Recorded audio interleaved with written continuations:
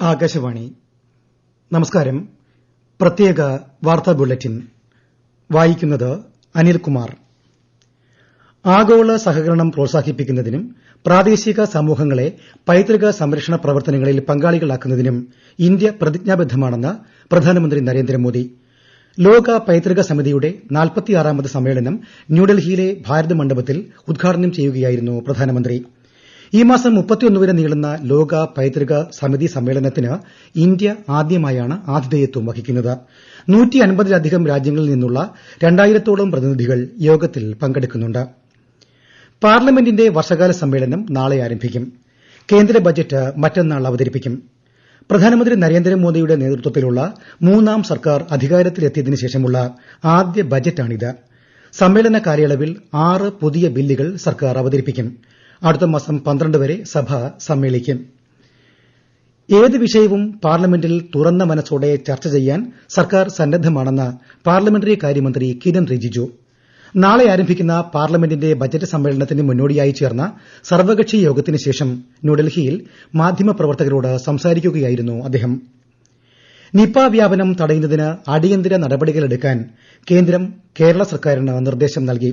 സംസ്ഥാനത്തെ നിപ സ്ഥിതിഗതികൾ വിലയിരുത്തുന്നതിനും രോഗപ്രതിരോധത്തിന് സാങ്കേതിക സഹായം നൽകുന്നതിനുമായി കേന്ദ്ര ആരോഗ്യ മന്ത്രാലയത്തിന്റെ നാഷണൽ വൺ ഹെൽത്ത് മിഷനിൽ നിന്നുള്ള സംയുക്ത സംഘത്തെ നിയോഗിക്കും. മലപ്പുറത്ത് നിപ ബാധിച്ച 14കാരന്റെ മരണത്തിൽ മുഖ്യമന്ത്രി പിണറായി വിജയൻ അനുശോചിച്ചു. കുടുംബത്തിന്റെ ദുഃഖത്തിൽ പങ്കുചേരുന്നുവെന്നും കുട്ടിയുടെ ജീവൻ രക്ഷിക്കാൻ സാധ്യമായ എല്ലാ ശ്രമങ്ങളും നടത്തിയിരുന്നുവെന്നും മുഖ്യമന്ത്രി പറഞ്ഞു.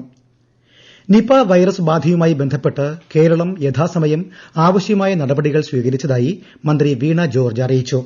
നിപ വൈറസിനെ നിർമ്മാർജ്ജനം ചെയ്യുന്നതിനായി ലോകത്തിന് തന്നെ മാതൃകയാവുന്ന വിധത്തിൽ ഗവേഷണ പ്രവർത്തനങ്ങളുമായി കേരളം മുന്നോട്ടു പോവുകയാണ്. സംസ്ഥാനത്ത് 246 പേരാണ് നിലവിൽ നിപ സമ്പർക്ക പട്ടികയിലുള്ളതെന്നും മന്ത്രി പറഞ്ഞു. നിപ രോഗബാധയുമായി ബന്ധപ്പെട്ട് ഇന്ന് പുറത്തുവന്ന 7 പേരുടെ സ്രവ പരിശോധനാ ഫലം നെഗറ്റീവ്. രോഗം ബാധിച്ച് മരണപ്പെട്ട 14കാരന്റെ കൂട്ടുകാരായ 6 പേരുടെയും 68കാരനായ മറ്റൊരു വ്യക്തിയുടെയും സ്രവ പരിശോധനാ ഫലമാണ് പുറത്തുവന്നത്. കൂട്ടുകാരായ 6 പേരും കുട്ടിയുമായി നേരിട്ട് സമ്പർക്കമുള്ളവരായിരുന്നു. നാളെ നടക്കുന്ന +1 അലോട്ട്മെന്റ് നിപ പ്രോട്ടോകോൾ കർശനമായി പാലിക്കണമെന്ന് മന്ത്രി വീണ ജോർജ് നിർദ്ദേശിച്ചു. ആനക്കയം പാണ്ടിക്കാട് ഗ്രാമപഞ്ചായത്തുകളിലായി 3 ഹയർ സെക്കൻഡറി സ്കൂളുകളിലാണ് നാളെ പ്രവേശനം.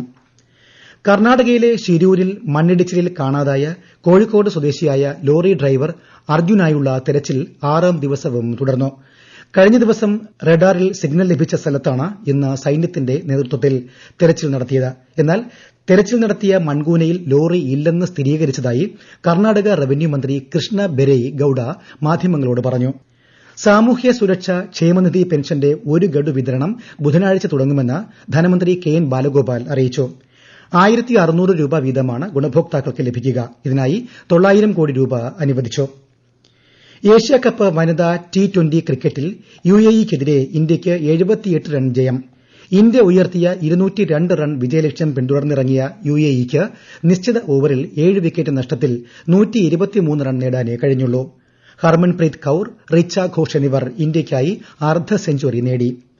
സ്വിസ് ഓപ്പൺ ടെന്നീസ് പുരുഷ ഡബിൾസ് ഫൈനലിൽ India French ജോഡിയായ Yuki Bhambri Albano ഒലിവേറ്റി സഖ്യത്തിന് കിരീടം. ഇന്ന് സ്വിറ്റ്സർലൻഡിൽ നടന്ന മത്സരത്തിൽ ഫ്രഞ്ച് ജോഡികളെ പരാജയപ്പെടുത്തിയാണ് കിരീട നേട്ടം. അന്താരാഷ്ട്ര ഗണിത ഒളിമ്പ്യാഡിൽ ഇന്ത്യ 4ാം സ്ഥാനത്തെത്തിയതിൽ അഭിമാനിക്കുന്നതായി പ്രധാനമന്ത്രി നരേന്ദ്രമോദി. മത്സരത്തിൽ എക്കാലത്തെയും മികച്ച പ്രകടനം കാഴ്ചവെച്ച ഇന്ത്യൻ സംഘം 4 സ്വർണവും 1 വെള്ളിയും കരസ്ഥമാക്കിയതായി അദ്ദേഹം സാമൂഹ്യമാധ്യമത്തിൽ കുറിച്ചു. കേരളത്തിൽ അടുത്തിടെ റിപ്പോർട്ട് ചെയ്യപ്പെട്ട മസ്തിഷ്ക ജ്വരവുമായി ബന്ധപ്പെട്ട് പ്രത്യേക മാർഗ്ഗരേഖ പുറത്തിറക്കിയതായി ആരോഗ്യമന്ത്രി വീണ ജോർജ്. രോഗവുമായി ബന്ധപ്പെട്ടുള്ള പ്രതിരോധം, രോഗനിർണയം, ചികിത്സ എന്നിവ സംബന്ധിച്ച സാങ്കേതിക മാർഗ്ഗരേഖയാണ് പുറത്തിറക്കിയത്. എല്ലാ സർക്കാർ സ്വകാര്യ ആശുപത്രികളും മാർഗ്ഗരേഖയിലെ നിർദ്ദേശങ്ങൾ പാലിക്കണമെന്നും മന്ത്രി നിർദ്ദേശിച്ചു. തിരുവനന്തപുരം നെയ്യാറ്റിൻകര താലൂക്ക് ആശുപത്രിയിൽ ചികിത്സയ്ക്കെത്തിയ യുവതിയുടെ മരണം സംബന്ധിച്ച് അന്വേഷണം നടത്താൻ മനുഷ്യാവകാശ കമ്മീഷൻ ഉത്തരവിട്ടു. ചികിത്സാ പിഴവ് ആരോപിച്ച് യുവതിയുടെ ഭർത്താവ് നൽകിയ പരാതിയിലാണ് നടപടി. കേരളത്തിൽ ഇന്നും നാളെയും ശക്തമായ മഴയ്ക്ക് സാധ്യതയുള്ളതായി കേന്ദ്ര കാലാവസ്ഥാ വകുപ്പ്.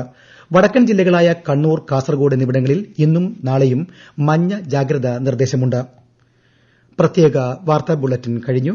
അടുത്ത വാർത്താ പ്രക്ഷേപണം നാളെ രാവിലെ 6:45-ന്